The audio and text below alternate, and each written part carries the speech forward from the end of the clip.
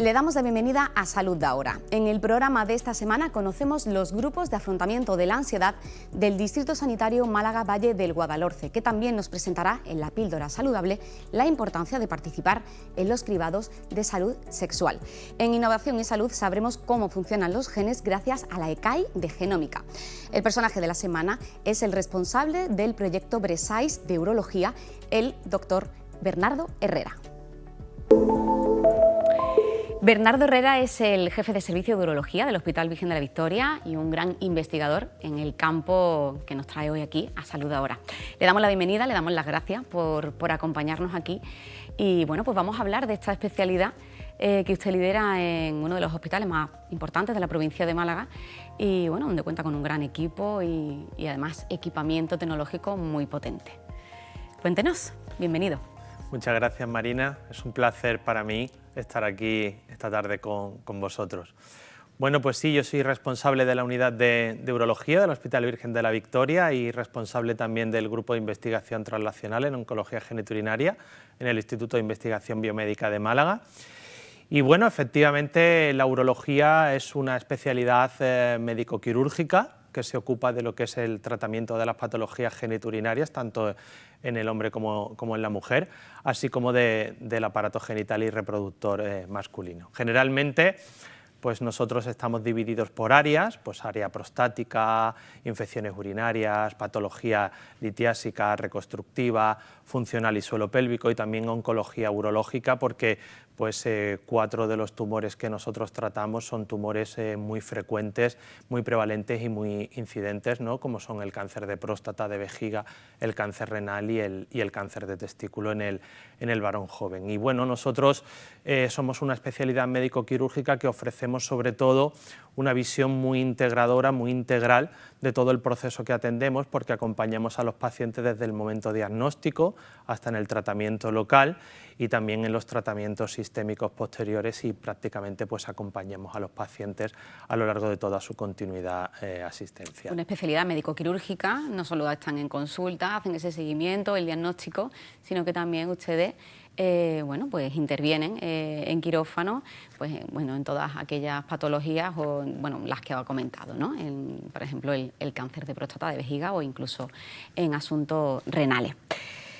Hablamos de prevención y de diagnóstico precoz. En Salud Ahora nos gusta siempre hacer pedagogía de la importancia de que nos cuidemos, de que cuidarnos hoy es vivir más y mejor, sobre todo mejor mañana. Y nos gusta siempre abogar por esas pequeñas conductas que quizás cometemos en el día a día, que las tenemos incorporadas y que no necesariamente sabemos que son malas. Evidentemente todos sabemos que fumar mata, es malo y además ocasiona, bueno, el cáncer de vejiga está íntimamente relacionado, si no estoy mal informada, usted me corrige. No. Pero bueno, también hay otros hábitos que quizás incorporamos al día a día y que no son buenos para nuestra salud renal o urológica. No sé si nos puede dar algunas pautas para cuidarnos un poquito más. Sí, Marina, esto es muy importante porque lo que pasa en nuestro día a día es que los hospitales de hoy están muy enfocados en la enfermedad. Son realmente hospitales de procesos agudos, donde a la mayoría de los pacientes que atendemos es para resolverle una enfermedad o aguda o crónica en un momento determinado, pero realmente no existen hospitales de personas sanas. Y realmente tenemos que, como bien has dicho, abogar por una educación de la salud, por medidas preventivas que nos eviten en el futuro estar enfermos. Y en este sentido, desde el punto de vista urológico, ¿qué es importante? Pues es muy importante, evidentemente, implementar medidas para diagnosticar precozmente aquellas enfermedades que nos pueden matar, ¿no? Es decir, acudir a un urólogo, romper el estigma en la sociedad de que debemos acudir al urólogo a partir de 50 años para hacernos un chequeo, sobre todo para la patología prostática. Pero también es muy importante adquirir buen estilo de vida, adquirir deporte, ejercicio, tener una vida saludable lo máximo posible, por supuesto evitar el tabaco y el alcohol. El tabaco está directamente relacionado, como bien has dicho, con el cáncer de vejiga. Tener una dieta mediterránea sana y evitar la obesidad. La obesidad, por ejemplo, también empeora el pronóstico del cáncer de próstata. Y después implementar medidas educacionales donde hagamos que tanto el varón como la mujer empiecen a preocuparse por su salud. Por ejemplo, te pongo un ejemplo, Marina, el cáncer de testículo es el cáncer, el tumor sólido más frecuente en el varón joven.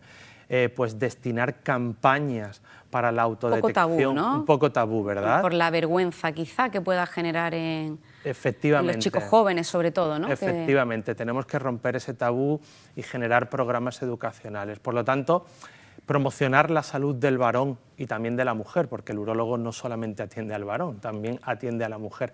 Promocionar esa salud y esa vida saludable es fundamental para evitar la enfermedad, absolutamente. Lo hablamos fuera de cámara, por eso nos hemos sonreído, que muchas veces, en ocasiones, y cada vez menos, porque bueno, cada vez los medios de comunicación y dentro de los gabinetes de los hospitales se trata de difundir y de divulgar más y hablar más de salud en general.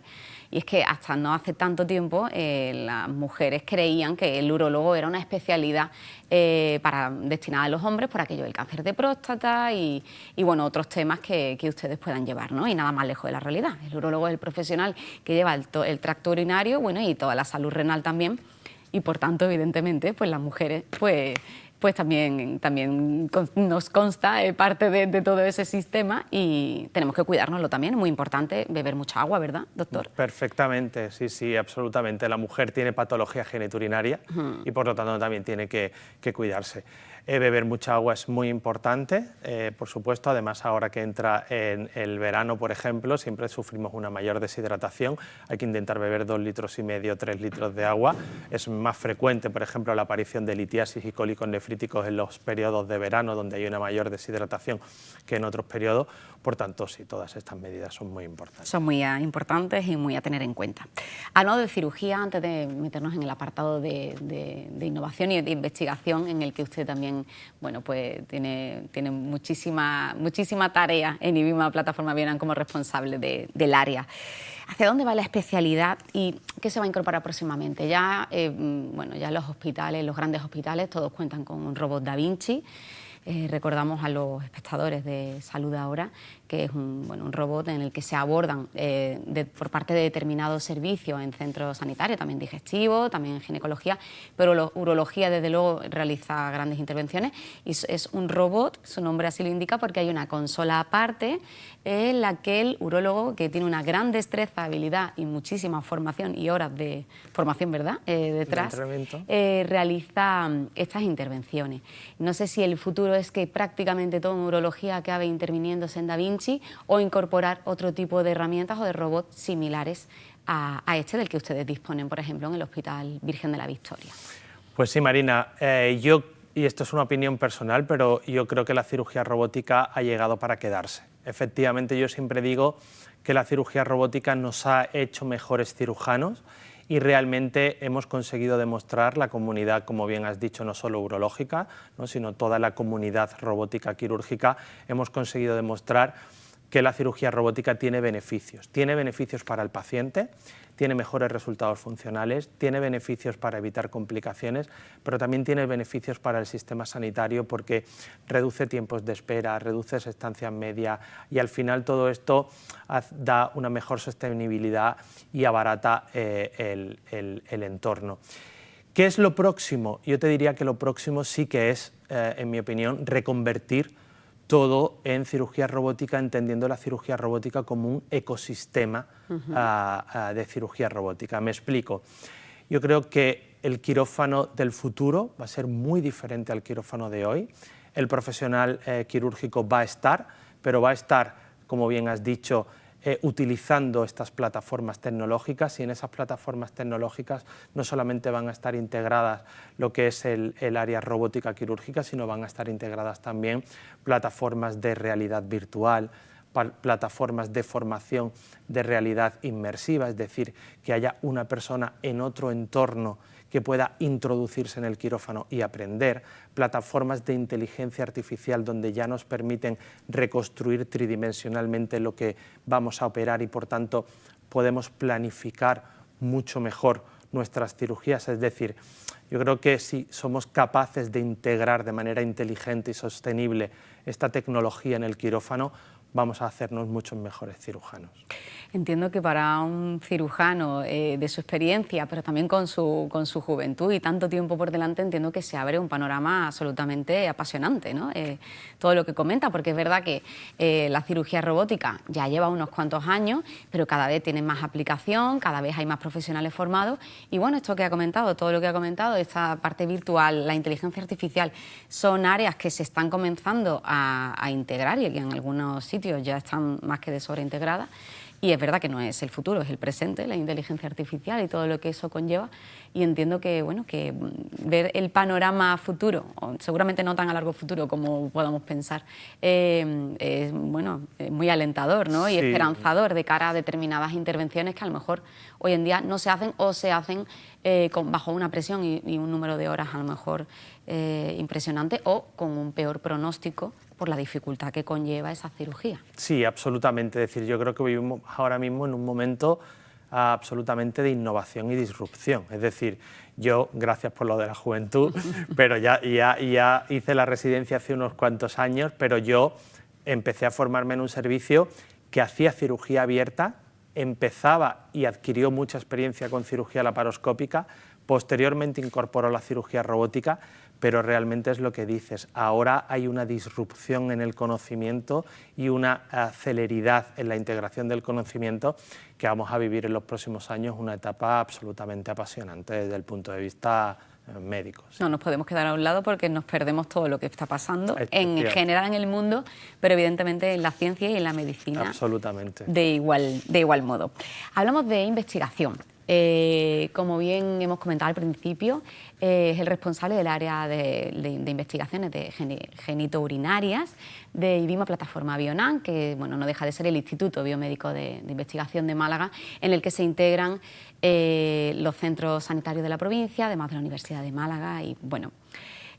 Supongo que en este área ya hemos hablado aquí en este programa en Salud Ahora del proyecto BRISAIS, que ahora vamos a hablar también de ello, pero un poco por hacer una radiografía así general, goza de muy buena salud también esa área en IBIMA, en lo que respecta a investigación en urología. Sí, a ver, cuando yo llegué a la responsabilidad del servicio allá por 2021, uno de los objetivos que nos planteamos en la unidad fue integrar a todo lo que era el conocimiento de investigación e innovación dentro de nuestra práctica asistencial. Al final, ¿no?, los médicos tenemos un triple rol, ¿no?, asistencial, docente e investigador, y tenemos que intentar que esa investigación realmente esté integrada en nuestro día a día. ¿Cómo trabajamos entonces ahora? Pues tenemos dos áreas fundamentales. Tenemos un área de investigación clínica, que es un área donde desarrollamos sobre todo multitud de ensayos clínicos en el área de la oncología geniturinaria, y ahí ofrecemos a nuestros pacientes con diferentes patologías en cáncer el acceso a nuevos tratamientos, a innovaciones fundamentalmente terapéuticas, pues nuevos tratamientos dirigidos o nuevos tratamientos con inmunoterapia, etcétera. Y después tenemos otra vertiente, que es una vertiente donde hacemos una investigación más básica, una investigación que se realiza en el laboratorio de investigación de IBIMA Plataforma Bionam, que tengo el placer de compartir con Elisa Mata, que es precisamente una investigadora de la Universidad de Málaga, porque estamos integrados universidad y hospitales, y todos los resultados de ahí tratamos de trasladarlo a la práctica para desarrollar proyectos con impacto translacional e impacto futuro en nuestras decisiones, como es el proyecto BRISAIS que has comentado. Hablamos de BRISAIS antes de terminar. Hace no tanto hubo una reunión en la que bueno, se actualizó todo lo que se estaba trabajando. ¿Cómo va? Y bueno, un poco para que nuestros telespectadores, aquellos que no vieran el reportaje que emitimos hace unos meses, sepan en qué consiste este proyecto y a quién está dirigido. Pues BRISAIS es un proyecto financiado por la Comunidad Europea, por una convocatoria que se llama el IGI, y es un proyecto de colaboración público-privada donde participan más de 30 entidades, desde empresas, entidades académicas, hospitales, grupos universitarios, etcétera, que lo que tratamos de realizar es implementar en nuestra práctica clínica marcadores basados en diagnóstico molecular, es decir, basados en el estudio de los genes del tumor, así como en marcadores basados en inteligencia artificial en cáncer de próstata y cáncer de vejiga. Son realmente marcadores y biomarcadores que están muy cerca de la práctica clínica y en la que todos estos grupos de trabajo vamos, digamos, a estudiar cómo podemos poner en marcha esas infraestructuras para poder aplicarlos. Que efectivamente hubo una reunión en el Congreso Europeo de Urología, ahora en marzo, donde se empezó ya a trabajar en los diferentes escenarios clínicos, que básicamente van a consistir en detectar qué pacientes con cáncer de próstata y qué pacientes con cáncer de vejiga se pueden beneficiar de tratamientos más o menos agresivos. Es decir, habrá pacientes, por ejemplo, con cáncer de próstata cuyo tumor tenga muy buen pronóstico por estos marcadores y quizás ni siquiera tengamos que operarles. Y a lo mejor habrá tumores de vejiga con muy mal pronóstico, donde a lo mejor los tratamientos con inmunoterapia que estamos poniendo en la actualidad no son suficientes y tenemos que añadir otros. Es decir, vamos a tratar de discernir con estos marcadores qué tumores van bien y qué tumores van mal.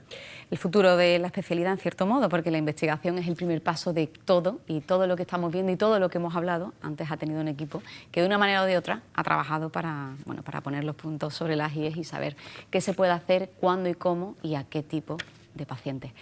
Doctor Herrera, se nos acaba el tiempo. Evidentemente seguiremos hablando de Brisáis en Salud Ahora, porque es un proyecto con sello también malagueño que participa con todos esos grupos de distintas ciudades europeas, y siempre hablando de la prevención y del diagnóstico precoz, como nos corresponde como televisión pública.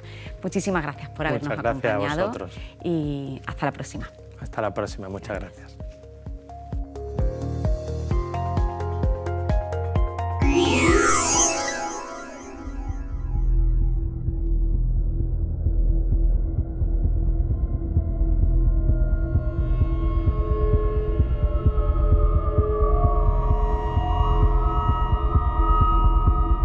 Cuando un paciente viene al consultorio y entra en la consulta y nos pregunta muchas veces pues, por pastillas para la ansiedad, que suele ser algo bastante frecuente, la gente no sabe que existen otras alternativas, ¿no? Desde 2023 en todos los centros tenemos a disposición lo que se llaman los grupos GRAFA. Son unos grupos de trabajo en los que se aprende a controlar la ansiedad sin necesidad de recurrir a la química, a los fármacos.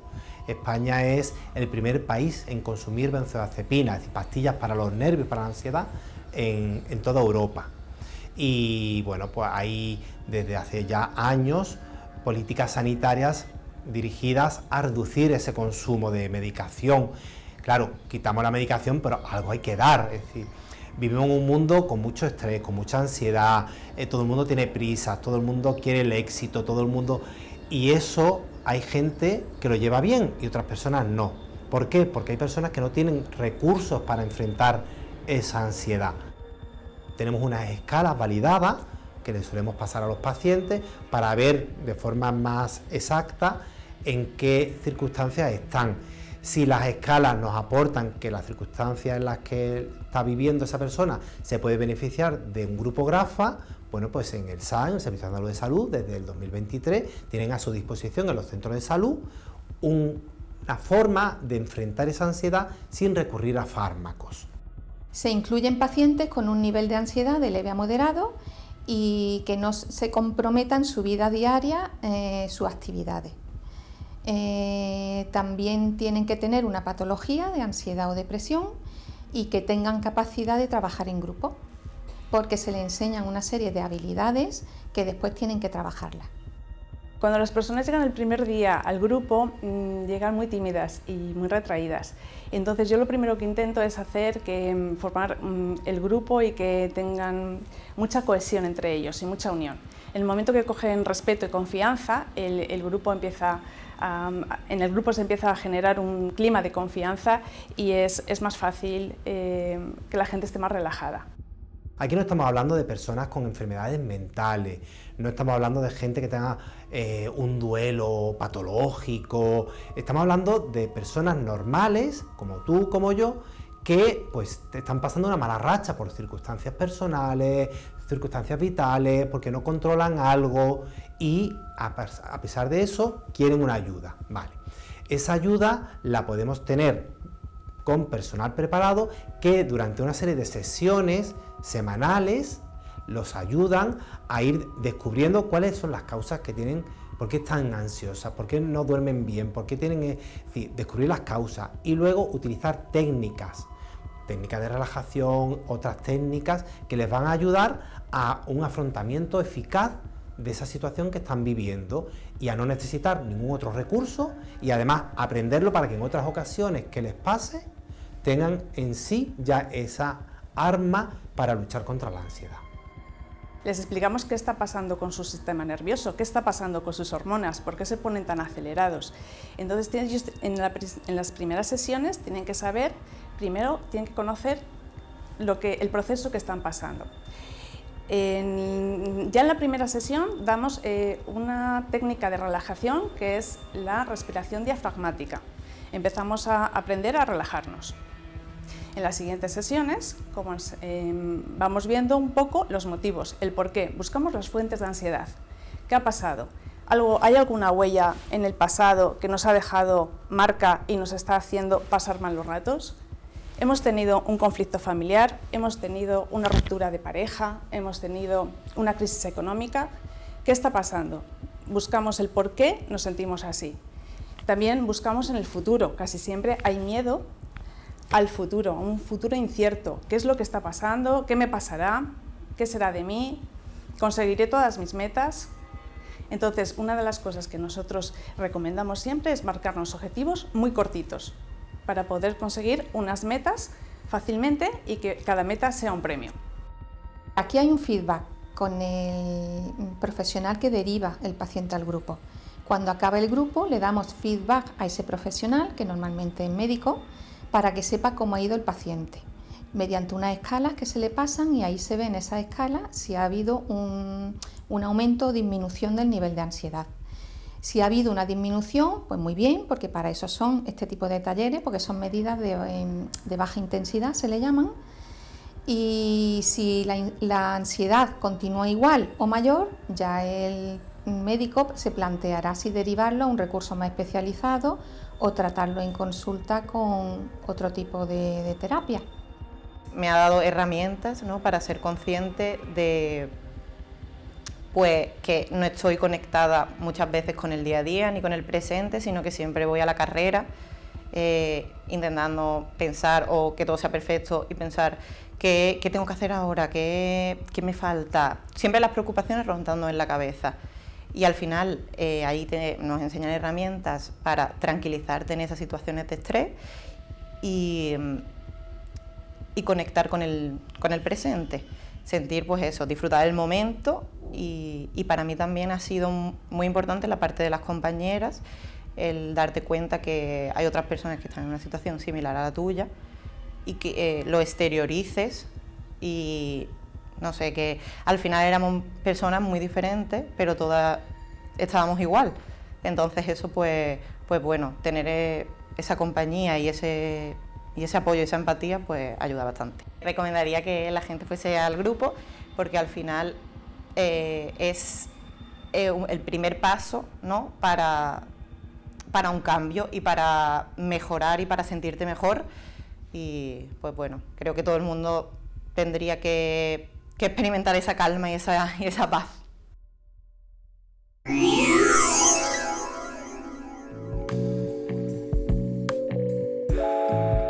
Desde la Unidad de Salud Sexual de Málaga queremos recomendar a toda la población hacerse pruebas si tienen prácticas sexuales de riesgo. Hay muchas infecciones de transmisión sexual que pueden cursar de forma sintomática. Entonces, evidentemente, si tienes síntomas vas a ir al médico, pero si no los tienes deberías de cribarte. Aquí en la Unidad de Salud Sexual vamos a realizar cribado a la población de riesgo sin olvidarnos de ninguna zona donde pueda haber infección. Realizamos una serología infecciosa, que es una prueba analítica en sangre, y también PCR en zonas donde puede haber bacterias o incluso parásitos. Además de la serología infecciosa, también tenemos que analizar las bacterias que no podemos ver en sangre, como gonorreas, clamidias, que aparecen en todas las mucosas donde haya habido contacto sexual desprotegido. Analizando datos de nuestra unidad en 2025, hemos visto que hay muchas clamidia y gonorreas en faringe o en recto que si no hacemos un buen cribado analizando todas las zonas donde hay infección, posible infección, nos dejamos atrás y así nunca vamos a poder parar la cadena de transmisión. Para poder parar la cadena de transmisión es importante también hacer un seguimiento de los contactos de los casos diagnosticados. Si crees que ha sido contacto de alguien que te ha avisado de tener una infección de transmisión sexual, debes acudir a tu médico e informar.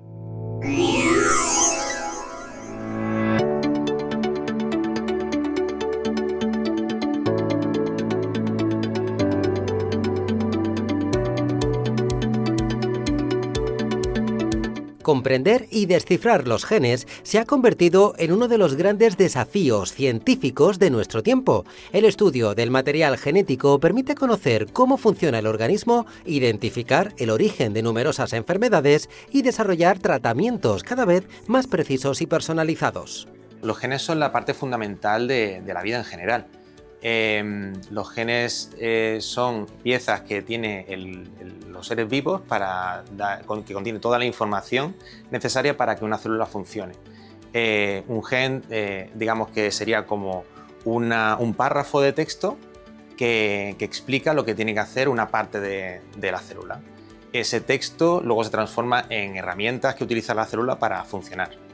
Entonces, ese texto, que es el gen, puede estar alterado, puede tener errores, puede tener falta de ortografía, cambios de palabras que pueden alterar esa función de esas herramientas que tiene la célula. Y eso es lo que causa en muchos casos las enfermedades. Entonces digamos que los genes tienen la llave para nuestra salud, porque son la pieza básica que tienen las células para funcionar, pero que si se estropean pueden dar lugar a las enfermedades. Por este motivo, IBIMA Plataforma Bionan cuenta con la ECAI de Genómica, una infraestructura científico-técnica especializada en análisis genético y secuenciación avanzada aplicada a la investigación biomédica y a la medicina de precisión. Su labor se centra en ofrecer soporte tecnológico y analítico a proyectos de investigación desarrollados por hospitales, universidades y centros científicos, tanto a nivel nacional como internacional. La genómica estudia todos los genes, por ejemplo, que existen dentro de una célula, los podemos leer a la vez gracias a herramientas genómicas. De ese conocimiento surgen luego estudios que buscan estados de enfermedad, estados de salud en el ser humano y que luego en la clínica se utilizan para orientar mejor un caso, ¿no? Un caso, por ejemplo, en oncología, que es una parte muy importante del trabajo que se hace en genómica. Digamos que la oncología es un área que ha impulsado muchas innovaciones genómicas. Se sirve de esas herramientas genómicas para identificar, por ejemplo, si hay un biomarcador que un paciente puede llegar a tener y que le va a hacer más susceptible a un tratamiento. O sea que con ello identificamos en ese texto de ese gen una alteración que nos dice que ese paciente va a reaccionar muy bien a un tratamiento. O por el contrario, que clínicamente va a ir muy mal y entonces hay que actuar de una manera un poco más agresiva para evitar que haya un problema de salud o aumentar su supervivencia.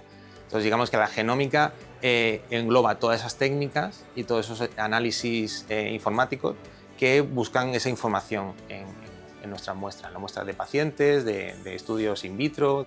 Entre sus principales líneas de trabajo se encuentran el análisis genómico del cáncer, las enfermedades raras, la farmacogenómica y el estudio de alteraciones genéticas relacionadas con patologías neurodegenerativas y metabólicas. La función que tenemos es dinamizar todas aquellas innovaciones que se producen en áreas tan difíciles, tan intensivas, ¿no? A nivel técnico como es la genómica, y poner a disposición de todos los investigadores que trabajan en proyectos clínicos y también a los propios hospitales de esas innovaciones. ¿Qué hacemos? Pues al final nosotros somos una estructura que nos dedicamos a incorporar recursos nuevos, equipamiento de alta intensidad, muy complejos, muy difíciles de manejar y realmente muy caros, ¿no? que hay una gran inversión detrás, los ponemos a punto, aprendemos su uso, buscamos utilidades clínicas, utilidades de investigación, y eso lo ponemos a disposición de los investigadores y de los clínicos que tengan esa necesidad de utilizar esas técnicas. También favorecemos la formación del personal clínico, formación de personal investigador para que tenga acceso a esas técnicas de última generación. Y un poco eso, ¿no?